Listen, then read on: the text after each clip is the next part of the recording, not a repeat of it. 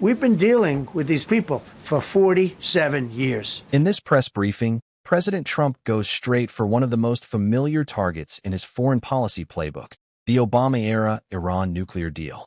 This is not a new line from Trump, either. He has repeatedly attacked the agreement as weak and ineffective, and during his presidency, he ultimately pulled the United States out of it. Reuters. What stands out here is the tone. Trump is not speaking in cautious diplomatic language. He is framing the Iran deal as a failure of leadership, a symbol of everything he says went wrong under Obama. That contrast has always been central to Trump's political style. He treats foreign policy less like a technical negotiation and more like a direct contest of strength, credibility, and blame. Reuters. The Obama administration, by contrast, defended the agreement as a way to restrain Iran's nuclear program through diplomacy rather than confrontation. Reuters reported at the time that Obama said the deal rolled back Tehran's nuclear capabilities and that abandoning it would carry serious risks. So when Trump attacks the deal, he is also attacking the entire philosophy behind it: negotiation, verification, and compromise. Now let's dive into the next one. Time to tackle the threat head-on.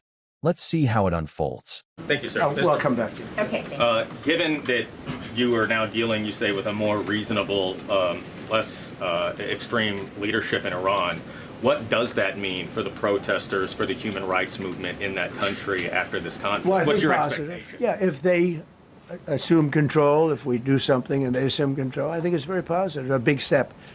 I don't think you'd see the radicalization that you have seen in the last.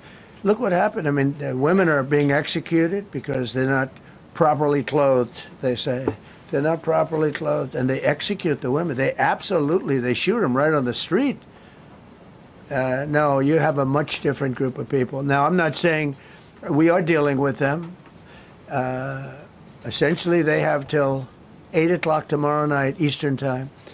But we are dealing with them. I think it's going well. Mr. Witkoff is here, and JD's involved in the dealing. Mr. Witkoff is sitting right here, and I think it's going fine, but we'll have to see. You have to understand, we've been dealing with these people for 47 years. I'm standing here with a much more powerful Iran as of a month ago, not anymore. Right now, they are decapitated. But I'm standing here a month ago with a much more powerful Iran than it was at any point during 47 years. This should have been handled by 7 presidents, a lot of presidents. And those presidents are saying now, every one of them to their friends, we should have done this a long time ago. So it's not something I like doing. It's very dangerous, and we're getting them at the height of their strength. If I didn't terminate the Barack Hussein Obama Iran nuclear deal, they would have had don't forget, that was a path to a nuclear weapon. Remember this. He chose Iran over Israel. Pure and simple. How Israel can vote for a Democrat is if you're Jewish in New York City or any place else in this country, and how you can vote for a Democrat is unbelievable, because he chose Iran, a very hostile Iran. Remember when he filled up a 757 with cash, billions of dollars of cash, and he sent it over to them. Then they gave them tens of billions of dollars. He chose Iran over Israel, and really the Arab world, if you look, because, you know, the other, Saudi Arabia, Qatar, UAE, I mean, you take a look. I mean, I can add Kuwait, and I can add Bahrain, and you can add others. He chose such an unlikely candidate. Nobody could believe it. Frankly, if you're going to choose between Iraq and Iran, he should have befriended Iraq. He went in the exact opposite direction of all thinking, and he made a terrible mistake. But that was a road to a nuclear weapon. And when I terminated that, everyone said, oh, he terminated it. It was one of the best things we ever did, because he had a road to a nuclear weapon. And it was a very short-term deal. You know, countries don't do 10-year deals. Countries do hundreds of years. You don't do a 10-year deal. For a country, this isn't, you're a landlord and you're renting a store on a certain street, and you give somebody a 5-year or a 10-year lease. This is a country. It was a short-term deal. It was ready to expire. I terminated it before it expired. Took a lot of heat. And it was one of the best things they ever did, because he would have had a nuclear weapon. Then he would have had another nuclear weapon, had those beautiful B-2 bombers not gone in 8 months ago and obliterated that site. And by the way, the word is obliteration. CNN said, well, maybe it wasn't complete. It was so complete that they still haven't been able to get it. It was obliteration. But if we didn't hit them, that was a courageous decision, too, because we had all those planes flying in at night with very little cover, unbelievable stealth planes, and they were able to do their job. If we didn't do that, Iran would have had a nuclear weapon at a high level, either one of those two instances. And if they did, in my opinion, I told this to Bibi Netanyahu yesterday, Israel would have been extinguished. Large portions of the Middle East would have been extinguished, whether it's Saudi Arabia, Qatar, UAE, or others. And you saw that with thousands of missiles raining down upon them. They didn't think they were going to be hit. They thought they'd be watching us fight. And all of a sudden, UAE got hit by 1,500 missiles. He would have taken them out also. And they were powerful. If I didn't come along and terminate the Obama deal, which was terrible, the Iran nuclear deal was a road to a nuclear weapon, a big one, unlimited, legally.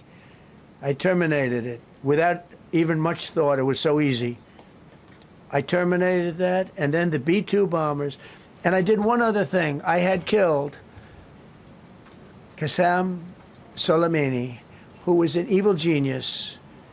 And the reason I did it, I heard he was going to knock out 5 of our military bases.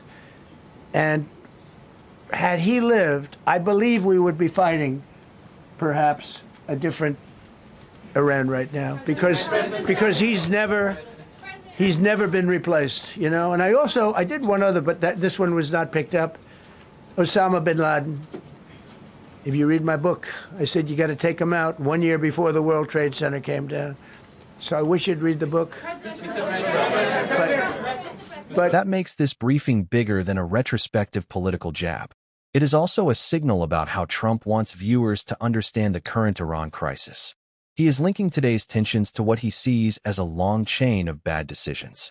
In his telling, the region's instability is not accidental. It is the result of a soft approach that he believes emboldened Iran. Reuters noted years ago that Trump frequently described the deal as weak and ineffective, and that line clearly still shapes how he talks about the issue now. The political strategy is obvious. By tearing into Obama's Iran deal, Trump is doing two things at once. He is blaming a Democratic predecessor for a dangerous strategic mess, and he is presenting himself as the tougher alternative who would never have accepted that arrangement in the first place.